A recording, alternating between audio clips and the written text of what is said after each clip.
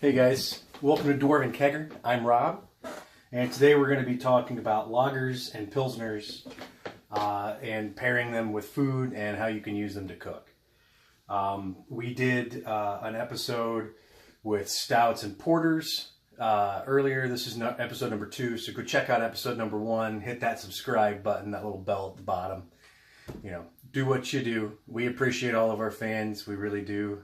Thank you guys so much. Let's get started, shall we? Okay, so the selection today is we've got a local beer, the Blind Pig Blue Pilsner. We're going to end up doing a beer from them called Hattori Hanzo, which uses Japanese hops. It's pretty awesome. It's a really good beer. The next one we have is Boulevard Brewing Company, the Unfiltered Wheat American Wheat Beer. Then we have the Great Lakes Brewing Company's Elliott Ness. It's an amber lager. So we've got the Founder's Solid Gold Premium Lager. We've got the Revolution Brewing Cross of Gold Golden Ale. And then we have the Unshadowed from Ale Asylum. It's a Hefeweizen. This is a really good beer. This is what we're going to start with today. So one of the cool parts about a Hefeweizen is that you can actually use it in place of water if you're going to be making bread or even you know, like pancakes. Honestly, I don't do that because it's not going to taste amazing. But if you're looking for more of a savory pancake, this is awesome. I use the premium lager when I batter fish, and I don't want it to have like the crazy English thick batter. I like a little thinner batter, and I'll use the Founder's Solid Gold. It's pretty tasty stuff, man. This is a 4.4, so it's really not super duper crazy. I like to use the Pig's Blue Pilsner when I do chili. I also use like hams or PBR or whatever's available and has that strict like American ale taste, if that makes any sense. So when I do chili, generally I'll do beef.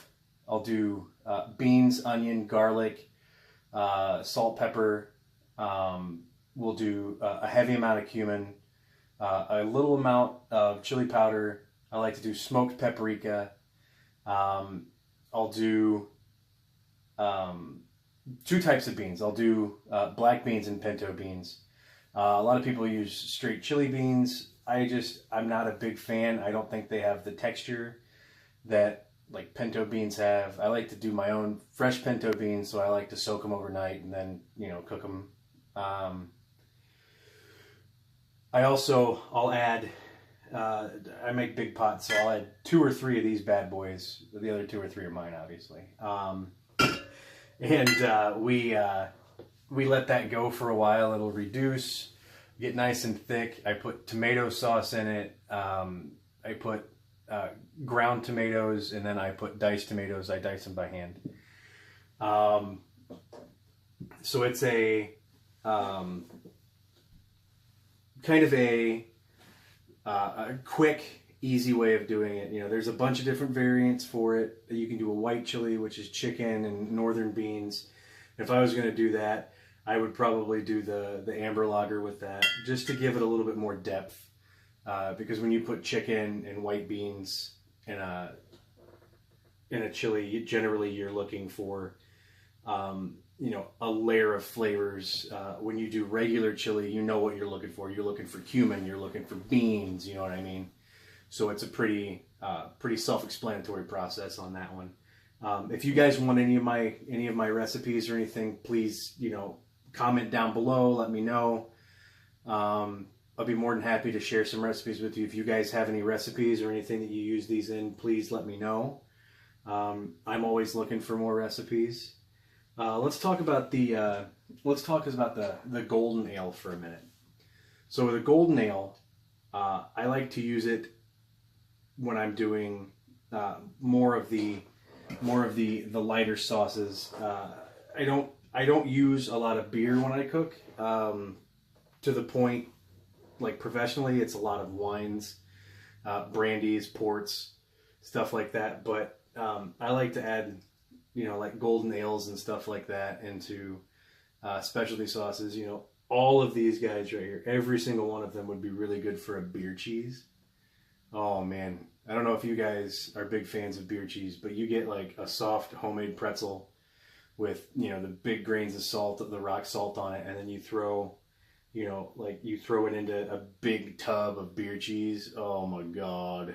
So with that, we can probably walk through a quick beer cheese recipe if you guys want.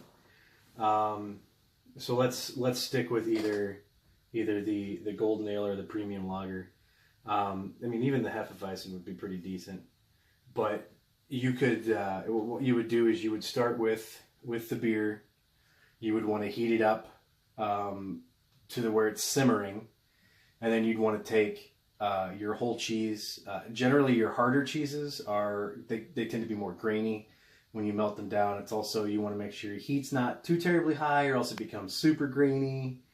But you want a gradual process. So just at the point of simmering, then you want to start adding your cheese in. I would put it in chunks, not super big chunks, but like chunks like that. Add it in. Start waiting for it to melt in with the beer. Make sure you give it a good whisk. I'd add a little bit of cream to it to kind of bring it all together. Then salt, pepper. I throw garlic in everything, so salt, pepper, garlic. Make sure it looks like a cheese dip, probably. And then I would pour it into a serving container, and I would let it sit for a few minutes just so it thickens up a little bit. You know what I mean? Like when the cheese starts to get cool, it starts to thicken. So I would do that, and then I would. It's even good with like a bread, where you use the Hefeweizen as a base for your bread. Could you imagine beer cheese and beer bread? Come on, heaven maybe, or purgatory? I guess it depends on how much you like beer. But I think it's a great idea to kind of experiment with these things. You know what I mean? Like by all means, use wheat beers in baking. If you guys bake, that would be awesome. Try to use them for different sauces, for different sauces.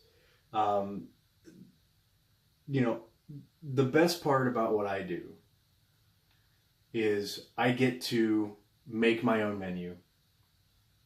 I have periods of time where I can kind of experiment with different sauces, different uses of alcohols in my sauces and stuff like that. And I think that you guys should do that at home. It's even if you can't cook a lick, you know what I mean? It never hurts to try something new. I've been cooking since I was a kid. My mom, my grandma, they were huge influences on me. Both of my grandmothers. My grandmother on my dad's side was very, very, I would say northerner, more northern cooking. My grandmother on my mother's side was from West Virginia. So I know how to cook some comfort food like it's going, out of style. She taught me a lot. My mom taught me how not to cook me. If you've ever wondered what it's like to cook chicken to the point where even a knife and fork isn't enough, ask my mom. Great at that. But I tell you what, she's a hell of a cook in other things, man. She makes a mean rigatoni and meatballs. That's where I learned how to make my meatballs. People love them. But, experimenting with different beers, experimenting with different alcohols in cooking is a fun thing. Do me a favor, send me some, comment down below and say, hey, listen, Rob, I ended up doing I ended up trying a beer bread with Hefeweizen, and I gotta tell you, it didn't work. You know what I mean? I want to know these things. I want to know if it did work. I want to know if it didn't work. Let me know. Maybe I can help you tweak your recipe. You know what I mean? Just give me a heads up. Let me know. I would love to hear from you guys. You make sure you hit that subscribe button. Make sure you hit that notification bell so you guys can see my next round of this stuff. My next round is actually going to be on IPAs, strictly IPAs, and I might even have a few actual recipes with measurements for you guys on that. There's a handful of stuff that I'm going to be talking about. It's going to be a shorter review because I don't use a lot of IPAs when I cook. I have before used IPA when I cook, but it's especially for people like Tanner. Sorry, bro. The sheer amount of floral notes, he would not be able to handle what I was cooking. But I've made crusts for pies and stuff like that out of like, amber lagers and wheat beers and stuff like that. And it works out pretty well. You just gotta, you've got to make sure that you have the right amount of liquid to the right amount of flour, and, you don't want to overdo it. But like I said, we have a handful of things you can do with these. You can use them in cheeses, you can use them with sauces, you can use them with dough, and you can use them with batters. Batters are a really good one. You can beer batter bacon. You could do one of these guys. You could do the amber lager. That would be a pretty tasty bacon if you deep fried it after you battered it, I think. So that's where I'm at with these. If you guys have any questions, you want me to talk about like my bread recipes, something like that, let me know, guys. Comment down below. Hit that follow button. And by all means, enjoy cooking, enjoy drinking your beers, and cheers.